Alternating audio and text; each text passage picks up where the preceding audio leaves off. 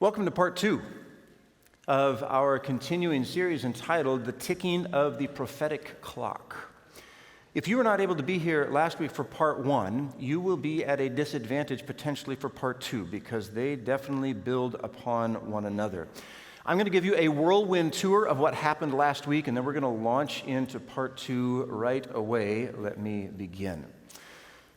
This series of sermons is in response to a survey that I did in Andrews University Chapel asking students, what would you most like to hear preached about at Pioneer Memorial Church? And the top answer was Bible prophecy, how to understand it and how to help others understand it. This series is in response to that. Last week in part 1, we dove right into it. We went to Revelation 12, 13, and 14, the very heart of why it was that the book of Revelation was written. We looked at a number of symbols there, and we also very quickly came to some principles of prophetic interpretation. Let me remind you what those were. 3 of them last week. Number 1, always study the context. If you don't know how to interpret a particular part of prophecy, study the culture and times in which it was written, and perhaps most importantly, study the surrounding verses, chapters, and read widely in the Bible. That led us to number 2. Very often the Bible interprets itself. If we are willing to do the work, get out a concordance, go online, search down the words associated with the prophetic symbol, etc., etc. Very often the Bible interprets itself. And number 3, Jesus is the center and ultimate interpreter of the Bible, including Bible prophecy. Bible prophecy is not given primarily to satisfy our curiosity about the future. It is most given that we might know Jesus Christ and help others to do the same. That is its ultimate purpose.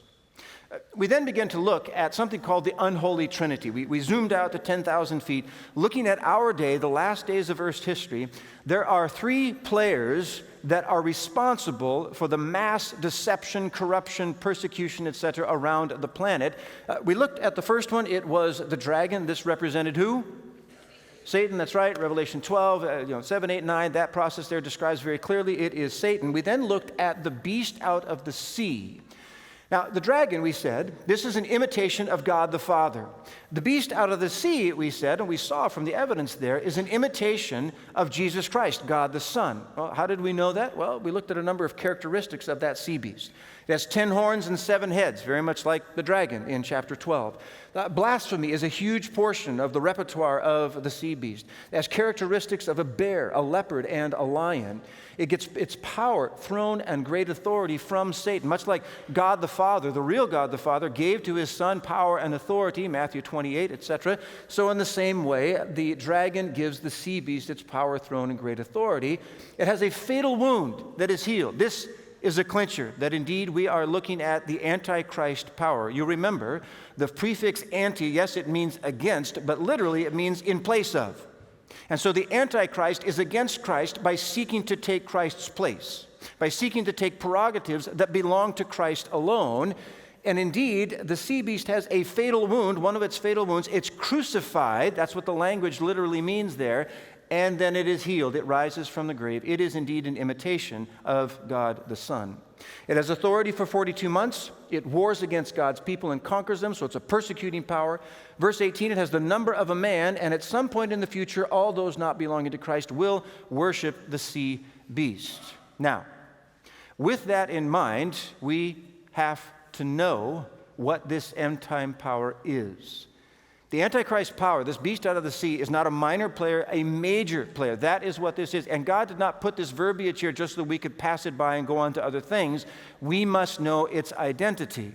Now, to begin to find out that identity, we went back to Daniel chapter 2. In the Old Testament, in Daniel 2, in that chapter, a king by the name of Nebuchadnezzar has a dream of a multi-medaled statue. We learned that the head of gold represented the kingdom of Babylon. It was succeeded by the kingdom of Medo-Persia, represented by the arms and chest and arms of silver. It was knocked off by Greece, 331 BC, Alexander the Great. That was represented by the belly and thighs of brass. The legs of iron represented the empire of Rome, 168 to 476 AD. And the toes were a mixture of iron and clay. This represented the nations of Europe because the empire of Rome did not fall to a single empire. Instead, there were roughly 10 tribes that became nations, most of them, that whittled away at Roman authority until finally 476 AD, the last vestige of genuine Roman power was destroyed. Now, At the end of that presentation, we asked who or what is the Antichrist of Revelation 13, and we were not yet there. That's what part 2 is for. Let's begin. Daniel chapter 7, please, verse 1. Turn in your Bibles, please. Daniel chapter 7, verse 1. It's page 601 in the Red Pew Bible that's somewhere near where you're sitting. Page 601, Daniel chapter 7, beginning with verse 1. While you are turning there, let me add another principle of prophetic interpretation. Number 4, pay careful attention to repetition and enlargement. Pay careful attention to repetition and enlargement. Here's what that means. Many times, this is not an infrequent thing, God in Bible prophecy will inspire a certain symbol or theme to be talked about. And then later on, he will repeat that theme, but perhaps in a slightly different way, and he will enlarge upon it. He will give more details about it. So if you're puzzled about what a certain part of prophecy means, keep reading, because it may well be that God is going to repeat and enlarge on that particular theme. And indeed, scholars have long recognized. Daniel 2 is repeated and enlarged upon in Daniel 7 and in Daniel 8 and all the way up through Daniel 11. So we keep reading. This is, again, why it's important to read widely in the Word of God when you're seeking to interpret Bible prophecy. With that in mind, take a look at Daniel 7, beginning with verse 1. In the first year of Belshazzar, king of Babylon, Daniel had a dream, and visions passed through his mind as he was lying on his bed. He wrote down the substance of his dream. Daniel said, "In my vision at night I looked, and there before me were the 4 winds of heaven churning up the great sea. 4 great beasts, each different from the others, came up out of the sea." Pause there, please. Now, let's make sure we understand the setting here. Belshazzar is now king of Babylon. Nebuchadnezzar is dead. He's passed off the scene. Belshazzar is most likely the grandson of Nebuchadnezzar through his mother, though we're not completely certain about that. This is about 50 years when this vision in Daniel 7 takes place after the vision in Daniel chapter 2. And this time around, instead of the king getting the vision, it's the prophet Daniel. And notice carefully, we're introduced to at least 2 more symbols here. There are 4 great beasts coming up out of the sea. Beasts and the sea. Notice what these 2 things mean, because the Bible interprets itself. If we were to read in Daniel 7, verse 17, an angel there gives this interpretation. It says, the 4 great beasts are for what? Kingdoms. Okay, very straightforward here. So immediately, our mind should be going back to Daniel chapter 2, because indeed, in Daniel chapter 2, we saw this very thing, a progression of 4 major world empires, chronologically going down from the time of Nebuchadnezzar on down through the ages, even down to the second coming, ultimately. And so we should be expecting that we will see the same progression of nations, shouldn't we? I mean, if it was right the first time, then it ought to be right the second time as well, not a whole different set of nations. How about the sea? Well, if we look at Revelation chapter 17, verse 15, we find the answer. The waters you saw are peoples, multitudes, nations, and languages. We still today have a saying. We say a sea of humanity, right? Like if you go to a football game or a parade or something like that, and there's all kinds of people, you look out, oh, it's a sea of humanity, right? Well, very similar thing here. In other words, what Daniel's vision contained are 4 kingdoms coming up out of great population centers. There's a lot of people here, languages, etc. This is where these nations are coming out of, not some barren place on the earth somewhere, okay? And indeed, this is the case. Verse 4, please. The first beast, the first kingdom, was like a lion, and it had the wings of an eagle. I watched until its wings were torn off, and it was lifted from the ground so that it stood on 2 feet like a man, and the heart of a man was given to it. Now again, if we are consistent with Daniel chapter 2, we would expect that this first beast coming out of the sea is indeed commensurate to the head of gold, which was the nation of Babylon. And indeed, Babylon here is the correct interpretation. We know it not just because we would expect it from Daniel 2, but for at least 3 additional reasons. First of all, the lion was an extremely prominent symbol for the Neo-Babylonian Empire. What's the symbol for the United States of America? Yeah, the eagle, right? Okay, if you saw an eagle there, flags on like wagon in the background, you would say United States. Well, in the same way, Daniel's immediately thinking, oh, this must be Babylon. On the screen here, this is a reconstruction of the Ishtar Gate. It's indoors, and that's because it's at the Pergamon Museum in Berlin, Germany. I've been to Germany, never been able to go to the museum. I want to go because I want to see the Ishtar Gate. The Ishtar Gate was commissioned by King Nebuchadnezzar, and it was extraordinarily beautiful. Nebuchadnezzar was a great developer and a builder. He commissioned the Ishtar Gate in honor of the goddess Ishtar, who was one of the main supposed patron gods of the empire of Babylon. The Ishtar Gate was the beginning of what was known as the processional way. And just think of it as a place for processions, for parades, for big occasions, this kind of a thing. It stretched more than 800 meters north of the Ishtar Gate. And one of the symbols of Ishtar was the lion. And that's why on the processional way, there were 120 of these reliefs of the lions there, 60 on either side. And so again, when Daniel sees this in vision, I mean, immediately go, oh, this is Babylon, right? Second, the Bible explicitly refers to Babylon as a lion and or having eagle's wings. For instance, Jeremiah chapter 4, verse 7. God is speaking here. He says, a lion has come out of his lair. A destroyer of nations has set out. He has left his place to lay waste your land. Your towns will lie in ruins without inhabitant. And clearly the context is referring to the Babylonian Empire. We could also see texts like Jeremiah 50, verses 17 and 44, Lamentations 4:19, Ezekiel 17:3 and verse 12. And all of these, again, are dealing particularly with the invasion of Judah and Israel by the Babylonians. And a third way that we know that this beast is indeed the Babylonian nation is that the rest of the prophecy works flawlessly when we start with Babylon. No other nation starts the progression in a cohesive way. Look at verse 5, please. And there before me was a second beast, which looked like a bear. It was raised up on one of its sides, and it had 3 ribs in its mouth between its teeth. It was told, get up and eat your fill of flesh.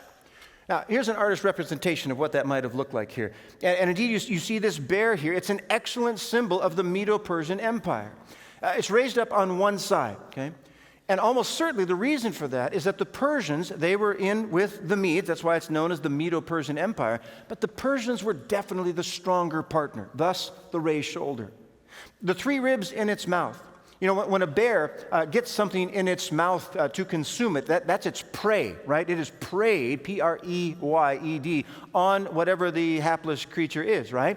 And so the prey of the Medo-Persian Empire is in its mouth here. Well, sure enough, on its way to becoming a world-class empire, the Medo-Persians took off the Babylonians, Lydia, and Egypt.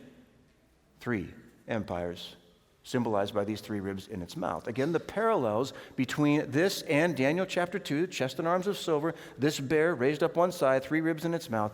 These 2 things are parallel. In these 2 visions, God is repeating himself and enlarging upon the theme. Let's continue. Verse 6. After that I looked, and there before me was another beast, one that looked like a leopard. And on its back it had 4 wings like those of a bird. This beast had 4 heads, and it was given authority to rule. Now, what nation, based on Daniel chapter 2, should we be expecting next? Okay, Greece is right, okay? And indeed, the parallels here are very strong. This is a fitting symbol for it. A leopard with 4 heads and a double set of wings would immediately call to mind anybody who had been at the pointy end of Alexander the Great's spear. The double wings almost certainly represent tremendous speed because Alexander was able to take his armies. Scholars to this day are in awe. He moved essentially all the way across Asia with thousands, tens of thousands of his soldiers and decimated everyone in his path with the speeds of his army. The 4 heads of this leopard-like beast are also true to history. After the death of Alexander the Great in 323 BC, the empire eventually came to be divided among his top generals, and this led to the empire being divided into 4 separate areas under these 4 generals. Cassander was over Macedonia and territorial Greece, Lysimachus was over Asia Minor and Thrace, Ptolemy was over Egypt, and Seleucus was over the east and Syria. A very fitting image given here for for the empire that was Greece. And then we come to the fourth beast, which, if the pattern is correct, should be Rome. That's right. Let's take a peek here and see if we find any similarities between this and Daniel 2. Verse 7, after that in my vision at night I looked, and there before me was a fourth beast, terrifying and frightening and very powerful. It had large iron teeth. It crushed and devoured its victims and trampled underfoot whatever was left. It was different from all the former beasts, and it had 10 horns. Well, let's see if we can find some parallels here. The legs in the vision of Daniel chapter 2 that represented Rome were made of iron. That's right, iron. Very hard metal here. And indeed, once again, this metal iron is prominent in Daniel 7's vision of Rome, this time in the form of iron teeth. It crushes its victims, right? And indeed, Rome ruled with an iron grip, and it did this for centuries, seemingly without mercy on its opponents. And as I asked in part 1, let me ask again, how many toes do most people have? 10. Okay, most people, give or take a few. Again, we welcome those of you with 9 and 11. You're fine. You're right here in your right place, okay? 10 more or less. And indeed, as we pointed out in part 1, that is the approximate number of tribes that ultimately whittled away at Rome, overcame it, and it's symbolized here by the 10 toes in Nebuchadnezzar's dream of the statue. We also talked about how it was that most of those 10 toes eventually became the nations of Europe that we know today, of Western Europe. Now, the Lombards became the Italians, the Burgundies became the Swiss, the Franks became the French, etc., etc. But we also pointed out that there were 3 of those approximate 10 that are no longer with us today. Those are the Heruli, the Ostrogoths, and the Vandals. Today, they are extinct. And it turns out that Daniel 7 catches this as well. In Daniel 7, instead of having 10 toes, as in Daniel 2, now we have 10 horns. And notice carefully what the text says next. Verse 8, please. Daniel speaking, he says, while I was thinking about the horns, there before me was another horn, a little one, which came up among them, and 3 of the first horns were uprooted before it. That's interesting. This horn had eyes like the eyes of a man and a mouth that spoke boastfully. Now, pause for just a moment. Daniel here wants to know the interpretation, particularly of this part of the vision. If we were to keep reading here in Daniel chapter 7, yes, he's concerned about the first 3 beasts, etc. But the fourth one, that really has his attention. And the little horn definitely has his attention. There's something there, he can't figure it out. So he asks one of the angels that are nearby for help. Skip down to verse 21, please. Daniel here still speaking. He says, as I watched, this horn was waging war against the saints and defeating them until the Ancient of Days came and pronounced judgment in favor of the saints of the Most High, and the time came when they possessed the kingdom. Verse 23, he, meaning this angel, gave me this explanation, quote, the fourth beast is a fourth kingdom that will appear on earth. It will be different from all the other kingdoms and will devour the whole earth, trampling it down and crushing it. The 10 horns are 10 kings who will come from this kingdom. After them, another king will arise. This is the little horn. Different from the earlier ones, he will subdue 3 kings. He will speak against the Most High and oppress his saints and try to change the set times and the laws. The saints will be handed over to him for a time, times, and half a time. And now, brothers and sisters, we are very close. We nearly have all the information that we need to identify the Antichrist, that is, the sea beast of Revelation 13. And some of you might be thinking, well, we haven't been talking about that. We've been talking about this little horn power. Well, let me just put this on the screen so that we are all very clearly on the same page. The little horn of Daniel 7 and the sea beast of Revelation 13 are one and the same. They are the same entity. They refer to the same thing. Now, why do I say that? Because there are very strong similarities between the little horn of Daniel 7 and the sea beast of Revelation 13. Let me just put some of the similarities here up on the screen. First of all, here we have eyes of a man. The little horn of Daniel 7 is said to have eyes of a man. The sea beast is said to have the number of a man. By the way, these verses in the parentheses here, verse 8 is in Daniel 7, verse 18 is in Revelation 13, and so on and so forth for the remainder of this chart. Eyes of a man, number of a man. There's some, what exactly does this mean? We're not entirely sure, but clearly there is a pronounced human element in these two entities, a pronounced human element. And really, of course, it's one entity. The little horn of Daniel 7 follows a lion, a bear, a leopard, and a nondescript beast. In Revelation 13, the sea beast has characteristics of a lion, a bear, a leopard, and it follows after a dragon. In other words, any self-respecting Jew or somebody who familiar with Jewish apocalyptic in the first century, when Revelation 13 was written, when they came to Revelation 13, verse 2, and it said it has characteristics of a lion, bear, leopard, oh, wait a second, that's Daniel chapter 7. The little horn in Daniel 7 makes war with the saints. The sea beast does the same, almost nearly identical verbiage. It speaks boastfully, the little horn in Daniel 7, against the Most High. The sea beast speaks blasphemy against God. Again, very similar verbiage, but what makes the tie complete is this. The little horn rules for a time, times, and half a time, which equals 1,260 days. And the sea beast rules for 42 months, which also equals 1,260 days. And right now, some of you are saying, how did you come up with that? Now, I'm not the world's greatest mathematician, but I do know this part of prophecy decently, so let me explain. In Daniel chapter 7, when it says that the little horn power will rule for a time, times, and half a time, you must remember that this is written in Aramaic. From almost the beginning of chapter 2 all the way through the end of Daniel chapter 7, it's written not in Hebrew, but in Aramaic. The two languages have a lot of similarities, but this is Aramaic, and that's important because of the interpretation. The word that we interpret as time is actually the word for year, and it's singular. If you want proof of this, you can go back to Daniel chapter 4. Many of your translations will actually note this in the footnotes. Okay? A time equals a year. Times, if we put an S on the end of something, okay, so if I say that I have $100 bills in my pocket right now, it could be any number of $100 bills because that S is, it's indefinite. Not so with this particular Aramaic word. This is the Aramaic dual, D-U-A-L. It means 2 and only 2 years. Half a time, well, that's half a year.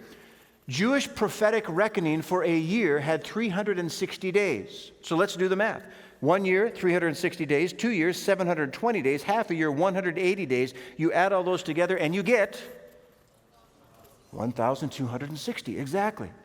So it rules for 1,260 days, and so does the sea beast. How do I know? In a Jewish prophetic month, there are 30 days. 42 times 30 is 1,260. They rule initially for the very same length of time. These are the same powers. It's talking about one. This time element brings us to a fifth and very important principle of prophetic interpretation. As a general rule, in Bible prophecy, a prophetic day equals 1 literal year. As a general rule, in Bible prophecy, a prophetic day equals 1 literal year. How do we know this? Well, let's take a peek. Numbers chapter 14, verse 34. God here is chastising the Israelites because of their faithlessness, they have refused to enter into the land of Canaan the first time around. God is now pronouncing sentence. He is prophesying about the future for Israel. He says, according to the number of days in which you spied out the land, 40 days, for each day you shall bear your guilt 1 year. How many years did they wander in the desert? 40, exactly. A day for a year, God is prophesying this. We have another example. Ezekiel chapter 4, verse 6. God here is speaking to his prophet. So it's another prophetic scenario. The prophet Ezekiel, he says, lie down again, Ezekiel, this time on your right side, and bear the sin of the house of Judah. I have assigned you 40 days, a day for each year. So this day for a year principle, it is found here in Scripture, and it works marvelously. I'll just be blunt with you. If you have 1,260 literal days and you try to interpret this prophecy that way, it doesn't make any sense. There's nothing there that fits that description at all. But when we use the day for a year principle, it works very well, as you will soon see. But first, let's revise our last slide. The little horn and the sea beast both have their initial period of time of ruling that equals 1,260 years. And do you see what this means? What this means is that if we take these clues together that we've seen on that chart, if we can identify the little horn of Daniel 7 accurately, then we can also identify the sea beast of Revelation 13, the end-time Antichrist power. So can we identify this little horn? Indeed, we can, and we don't have to guess. I'm going to put up here on the screen 9 characteristics that the text has given us for the identity of the little horn power. Number 1, it arises out of Western Europe. I hope this makes sense to you by now. We know this because it says the little horn came up among those 10 kings. We know those to be the nations of Western Europe. So it comes up among them. This is a geographical clue, okay? Number 2, it starts as a little horn, in other words, a little kingdom. It's not a lumbering Alexander the Great with tens of thousands of soldiers. It starts small and then becomes big. Number 3, it rises from the ruins of the Roman Empire after 476 AD. How do we know that? Because the last vestige of any substance of Rome was defeated in 476 AD. The little horn comes up after that. Between the first clue and the third one, geography and chronology, you probably ought to be able to come pretty close to already identifying the little horn power. Number 4, the Heruli, the Vandals, and the Ostrogoths are uprooted before it. In other words, before this little horn comes to power, these 3 have to be swept out of the way. If we can find out what power rose to prominence after that time, we can find the little horn. Number 5, it speaks boastfully, blasphemous words against God. Number 6, it is different from the other beasts. In other words, different from the other kingdoms. You know, every kingdom is different in little ways from one kingdom to the next, so this needs to be something that's major, all right? Number 7, tries to change God's laws. Daniel 7, verse 25. Now some people at first glance will say, well, wait a second. It just says it would think to change times and laws. I mean, that could be anybody's times and laws. No. Human laws change all the time. Our times change all the time. I mean, have you heard of Congress? I mean, stuff changes, right? There's confusion, and it changes. Just today alone, there are probably a dozen countries that are changing their laws right now, right? And so it can't be referring to that because that has no prophetic significance. But God's laws, that's very significant. And it's clearly the implication here. Number 8, it is a persecuting power. And number 9, it would initially rule for 1,260 years. 9 characteristics. Now, let me ask you something. Did I make these up? No. There's a reason that I put the verses next to each one of these. If you want to look these up, please do. Please make a beeline for Daniel. Read these things yourself. This is God talking. It's not me and not anybody else. God has inspired this to be written, these 9 clues. And with those clues in mind, let me be clear. There is one and only one power in human history that fits all 9 of these characteristics. And that one power is the Roman Catholic Church. There is no other. Honestly, there's not even anything that comes close. You might be able to find the nation that kind of fits, one or two, one of the other things there, but all 9, no, not even close. There's just one. And God did not intend for us to have to guess. Now, this is a picture of St. Peter's Square. I've been there a number of times. It's obviously, it's not a square. This is, from the air, it's a keyhole. Catholic theology teaches that the Catholic Church began when Christ supposedly gave Peter the keys to the kingdom. It's an incorrect understanding of the verse, but that is where they start their roots from. And so this is a giant keyhole there at the Vatican. You'll notice that I didn't say that the little horn power is Roman Catholics. We're talking about the organization here. And many times you know full well that there can be a profound difference between the members of an organization and the organization itself. Is that true? It is true, isn't it? We're going to talk more about that in just a moment here. But first, let's go back and look through the clues to make sure that we have made a proper identification. Number 1, Prophecy said it will arise out of Western Europe. Indeed, this is very true for the papacy. Rome, Italy, it's right smack there amongst the nations of Western Europe. Number two, it starts as a little horn or a little kingdom. Indeed, that is true. The papacy started out relatively small. It was only in the 6th century that we see this tremendous rise to become a global class power.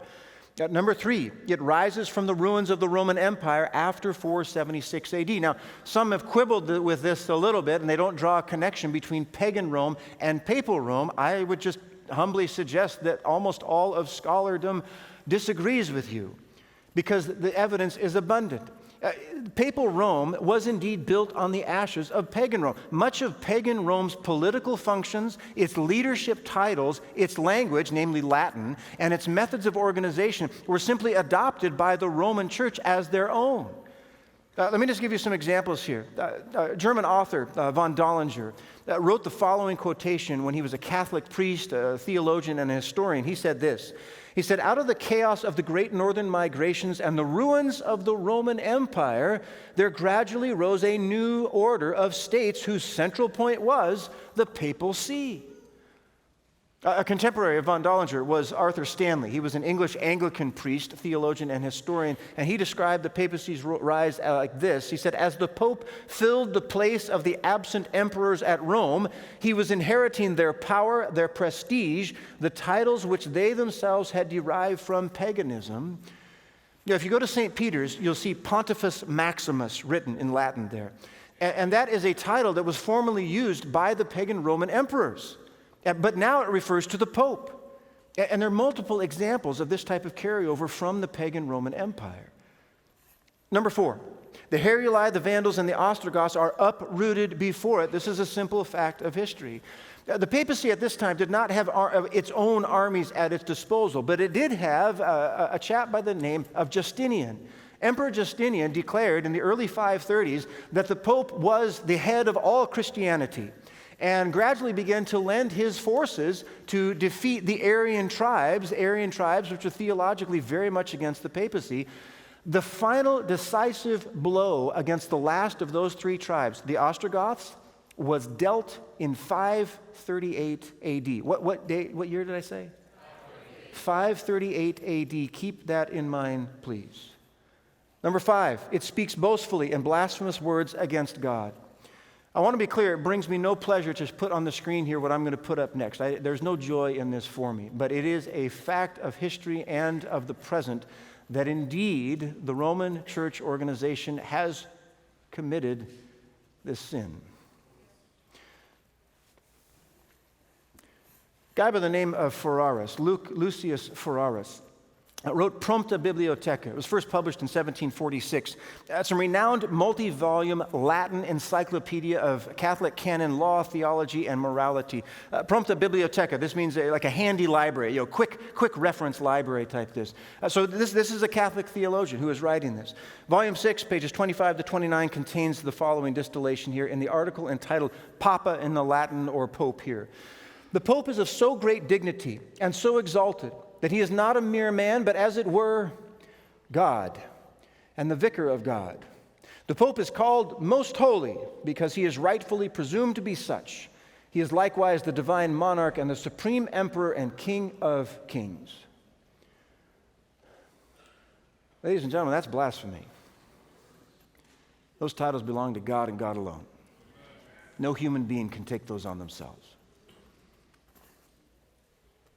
The Pope is, as it were, God on earth, sole sovereign of the faithful of Christ, chief king of kings, having plenitude of power. Now, some say, well, that was just a single man, and that was a long time ago. Okay, all right, fine. Let's continue briefly down, a very brief tour of history here on this particular topic of papal authority. The First Vatican Council took place in 1869 to 1870. Now, this is an ecumenical council. Don't be fooled by the title. This is not the first ecumenical council. This is simply the First Vatican Council, the location there, again, in 1869 to 1870. Now, you must understand something.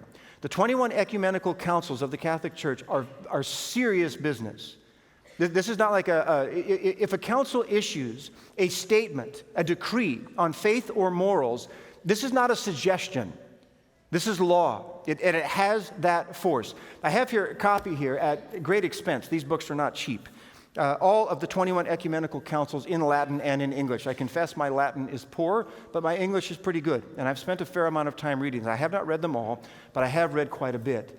And it's in these councils that if you want to know what it is that the Roman Catholic organization stands for, one of the good places to go is right there at those councils' decrees.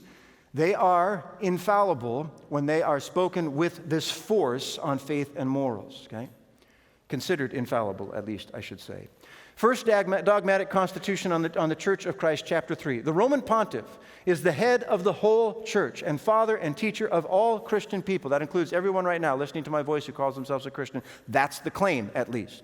The Roman church possesses a preeminence of ordinary power over every other church.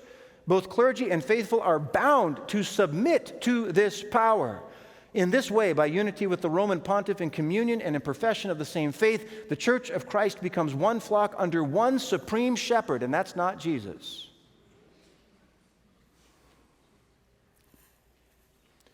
So then, if anyone says that the Roman pontiff has merely an office of supervision and guidance, time out for just a moment. There are many Catholics in this country that make this claim. Nominal Catholicism is a big problem in the Catholic Church. The Catholics not taking Catholicism seriously. There's many of them that are saying this, and there's many Adventists today that are saying this, okay? Oh, he's just, it's just a nice role, and it gives guidance and encouragement and whatnot there. Well, do you understand what the official dogma of the Catholic Church says about that attitude? If anyone says that the Roman pontiff has merely an office of supervision and guidance and not the full and supreme power of jurisdiction of the whole church, or that this power of his is not ordinary and immediate, both over all and each of the churches and over all and each of the pastors and faithful, let him be anathema. Now, anathema means something very specific. Some have immediately jumped and said, well, that means that the Catholic Church is saying if you don't accept the Pope as the infallible leader of your soul and determining what happens with your destiny, then you are condemned to burn forever and ever in the fires of hell. Catholic scholars will rightly come back and they will say, no, that's not what anathema means. If you are declared anathema by the church, what that means is that you are put outside of the church and you can no longer take part in the sacraments of the church. Here's what you need to remember. The Catholic Church official dogma, official teaching is that the grace of Jesus Christ comes through the sacraments of the church. No sacraments, no salvation, and you burn in the fires of hell forever and ever. So it is a distinction that my Catholic theologian friends make without a difference. The end result is the same. Now, the Bible does not teach that there is an everlasting hell that burns forever and ever. Catholic teaching does teach that. Much of Christianity teaches that. It's not true. But this is what official Catholic teaching says if you do not accept the Pope and the Council's decrees as infallible and the rule for your life. These are prerogatives that belong to God alone. They do not belong to a church, an organization, or any human being. And just in case we think this is an ancient thing, Second Vatican Council, 1962 to 1965, again, Dogmatic Constitution on the Church of Christ, section 25, therefore the Pope's definitions, that is, his teachings on faith and morals, are rightly said to be irreformable, and therefore they have no need of approval from others, nor do they admit any appeal to any other judgment. All are obliged to abide, and all must conform to his decrees. I do not conform to the decrees of a human being. I conform to the decrees of Jesus Christ. And lastly, Catechism of the Catholic Church. I brought my catechism with me here. I have a couple of these. This is, I believe it's the most recent one. You can get this on Amazon today. It has the imprimatur of the church in the front. This is official Catholic teaching. A catechism is what you go through before you become an official member of the Catholic Church. So this is the real deal. This is here. Just two sections. Section 937. Says the Pope enjoys by divine institution supreme. What word is that again? Supreme. What does that mean? Ultimate, total, right, over anyone else, okay? Supreme, full, immediate, and universal power in the care of souls. I'm sorry, ladies and gentlemen, that's Jesus Christ, not a pope. That's not a human being, that's Jesus. One other section here, section 891. The Roman pontiff, head of the College of Bishops, enjoys this infallibility. So again, the claim of being infallible when he proclaims by a definitive act a doctrine pertaining to faith or morals, these definitions must be adhered to. And that includes you, so they say. Sadly, this charge of blasphemy and boastfulness is true. Number 6, different from the other beasts, different from the other kingdoms. There's more than one way to interpret this characteristic, but surely one of the most obvious is this. All of the other earthly kingdoms of Daniel 7 were ruled by military leaders or politicians who may secondarily have had a religious role in the nation. But the papacy is a church that rules. Church and state are combined, with the church at the head and the state serving it. It is first and foremost a religious entity that then claims authority over political and military affairs on a global scale. That indeed is profoundly different from the other kingdoms in Daniel chapter 7. Number 7, tries to change God's laws. Now we're going to talk more about this later on, sometime before graduation, but for now, note just the following example. Again, from the Catechism of the Catholic Church, this is from the introduction between sections 2167 and 2168. By the way, I realize that is not the appropriate scholarly way to reference the Catechism. I say it this way because it's the easiest way to navigate it. If you've never seen a catechism and you pull one out, like, oh, where is this, where is this? If you just follow the section numbers, you'll be fine. You'll find this spot. That's why I do it that way. Quoting now from the introduction there, Article 3, the third commandment, and then it quotes, quote, the third commandment, remember the Sabbath day to keep it holy. Is that the third commandment? No, that's the fourth commandment, isn't it? So already we can tell that there's something that's off here where they've attempted a change to God's law. Section 2177, emphasis here is mine. The colors are not in the Catechism. The Sunday celebration of the Lord's Day and His Eucharist is at the heart of the church's life. This is their claim. Sunday is the day on which the Paschal Mystery is celebrated in light of the apostolic tradition and is to be observed as the foremost holy day of obligation in the universal church. In other words, the seventh-day Sabbath, the one and only true holy Sabbath, from Friday sundown to Saturday sundown, from Scripture, is not the holy day of God. It is superseded, they say, by a day of man's creation. Indeed, they have attempted to change God's law. More about that in the future. Number 8, a persecuting power. Sadly, this is also true. Conservative estimates start at 20 million people that were killed during the Dark Ages, there at the apogee of the Roman Catholic Church's 1,260 years, during the Inquisitions mostly. Now, to be fair, in the year 2000, Pope John Paul II did the right thing and issued an official apology for all of those deaths. So I mention this not to reignite an old argument, but simply to point out that this characteristic of being a persecuting power most definitely fits the Roman Catholic Church. And lastly, number 9, it would initially rule for 1,260 years. Let me just put a simple timeline up here on the screen for you. 538 AD, with Emperor Justinian's forces' help, the final death blow is given to the Ostrogoths. From that time forward, for 1,260 years, papal supremacy was generally the order of the day. Now, there was ebbing and flowing of the papacy's power, there's no doubt about that, but it rose from being relatively insignificant as far as a global power to being a global power, no doubt about it. At the end of the 1700s, careful Bible students began to get the word out. Hey, the prophecy says that at the end of the 1,260 years, because the little horn and Revelation 13 sea beast, they're the same, pay attention because a deadly wound is coming. It's going to be healed, but the deadly wound is coming. Watch out, watch out. And sure enough, 1798, right on time, Napoleon sends his General Berthier into Rome, takes the Pope captive, and indeed, while the papacy had been on a decline, I mean, that's how Napoleon could overcome them, that marked a deadly wound, and the end of the 1,260 years had come just as Daniel and John had predicted. Indeed, the Roman Catholic organization fits each of these 9 identifying characteristics. No one else even comes close. It is the little horn power of Daniel 7, and it is the end-time Antichrist power of Revelation 13. Let me leave you with 2 things. We have now correctly identified 2 out of the 3 members of the unholy trinity. We have the imitation of God the Father, Satan as the dragon. We have the imitation of God the Son, papacy, as this beast out of the sea. There is a third member, obviously, of this Trinity. And if you would like to know who this is, come back the last Sabbath of this month.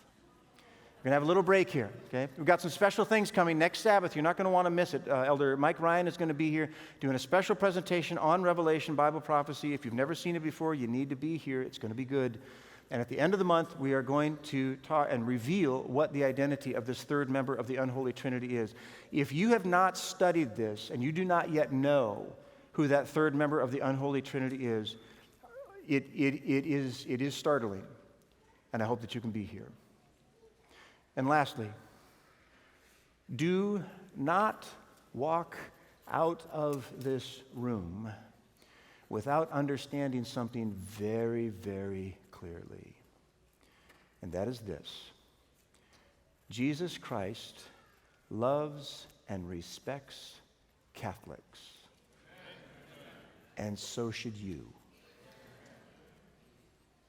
This is not a time to be bashing our faithful brothers and sisters in Christ. You see, on that morning, symbolized here, when Jesus comes, and the graves open up and the saints rise to meet him in the air, there will be, there'll be a large number, millions upon millions of Roman Catholics will be there that day. And you say, well, how can you say that? Well, we've got some pretty good clues here. Ellen White, true prophet of God and one of the founders of the Seventh-day Adventist Church, had this to say. She said, notwithstanding the spiritual darkness and alienation from God that exist in the churches which constitute Babylon, this is spiritual Babylon at the end of time, the great body of Christ's true followers are still to be found in their communion.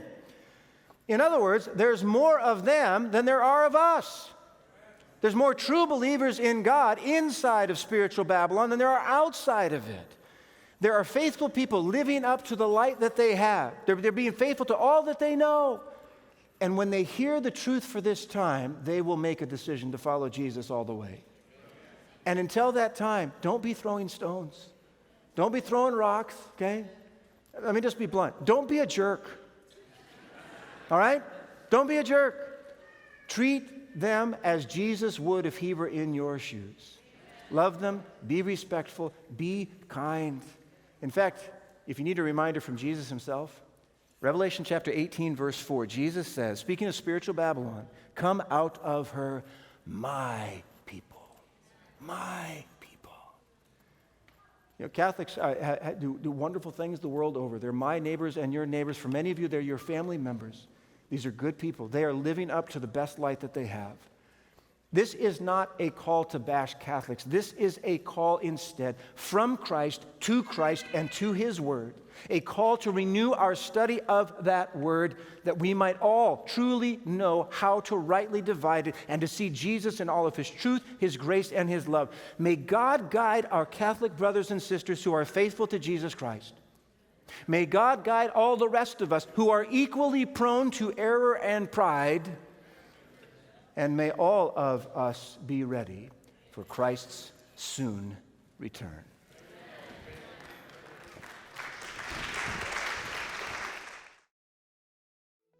Have you ever wondered what Jesus was like when he walked on this planet 2,000 years ago? Have you ever wondered where he traveled, who he talked to, who his friends were, what his family was like? Or have you heard about the astonishing miracles that Jesus did? Like feeding 5,000 people with just 5 loaves of bread and a couple of fish, or giving sight back to a man born blind. What would it have been like to be there with Jesus in those unprecedented days? I hold in my hands a free book that I'd like to give to you. It's called The Desire of Ages, and it's one of the finest biographies of Christ ever produced. It goes into incredible detail of who Jesus was, what his life was like, who his enemies were, and what his followers were like. And of course, ultimately, how he died on the cross and rose from the grave to give freedom to people just like you and me. The Desire of Ages can be yours for free by calling 877-HIS-WILL. That's 877-HIS-WILL. Jesus is the most influential person in all of human history. You owe it to yourself and those you love to find out who he really was.